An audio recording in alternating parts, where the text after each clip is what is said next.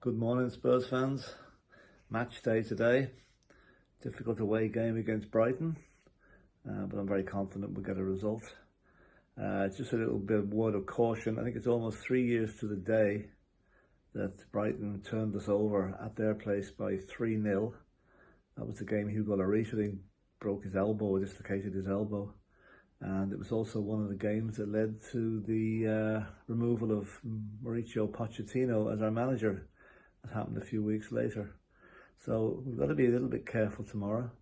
We saw what Brighton did to Liverpool last week, and within a whisker of beating them. So they're no dozers. They're decent. They've got a new manager, I know, who we don't want to give him too much of a happy start at his home place. We need to go there today and beat them, and I think we will. I think we saw the seeds on Tuesday against Eintracht Frankfurt that we're starting to get things together a little bit more. At the back, certainly. Up front was a little bit disjointed, and that won't have to happen too often, that Son and Richarlison and Kane weren't really on the same wavelength, and I'm sure that they will be itching to make amends today. Although I would be actually happier for this game if we played a 3-5-2, just to be a little bit cautious at the start. Play Bissouma against his old team. He'll be itching to get going against them because he hasn't really had a proper chance to show what he can do yet. He'll be a great asset to us when he finally does. But I just feel Brighton will be eager to get at us from the start, and I think a little bit more solidity in the middle of the midfield might help out, and play Son and Kane to start with Richarlison to come on at a later stage. Kulusevski obviously isn't going to be featuring, and it doesn't look like Eric Dyer will either. So that's a little bit of a problem. Do we bring back in Sanchez, or do we bring back in Ben Davies? Ben Davies. I think Ben Davies would be my choice, but we'll see what happens.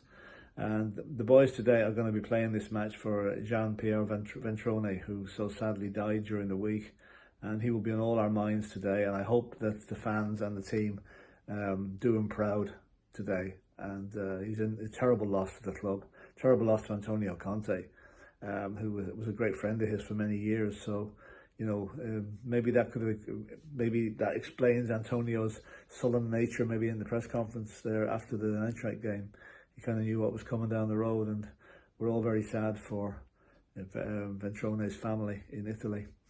And also, we have a terrible tragedy here in Ireland at the moment, back in an old part of the world that I know very well, in Creeslough.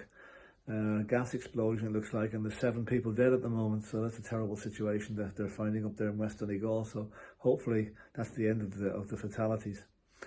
Anyway, we've got a TV appearance at 5:30 tonight, which is slightly better than rather play at 5:30 than 12:30 like we did last week against the Unmentionables, because we never seem to do anything at 12:30 kickoff. I think the players are still half asleep. So 5:30 tonight, there's no excuses. We need to go out there and get a win. Keep us back where we are on the table. Then it'll move on to Eintracht Frankfurt on Wednesday night, and I have no doubt we will absolutely wipe the floor with them on the second time around. There'll be no mistakes. And then that brings us into another very winnable home game against Everton next weekend. So like with 3 important games, there's no reason why we can't win them all. In fact, we will win them all. We need to win them all. And we need to keep the pressure on Arsenal at the top. We play Liverpool tomorrow, and I wouldn't be a bit surprised if that's where they come unstuck. Not often I want Liverpool to win a game, but tomorrow is one of them. So that is the story for now. I'll be back tomorrow with a post-mortem report on the Brighton game, hopefully a positive one. And until then, get behind the team and come on, you Spurs.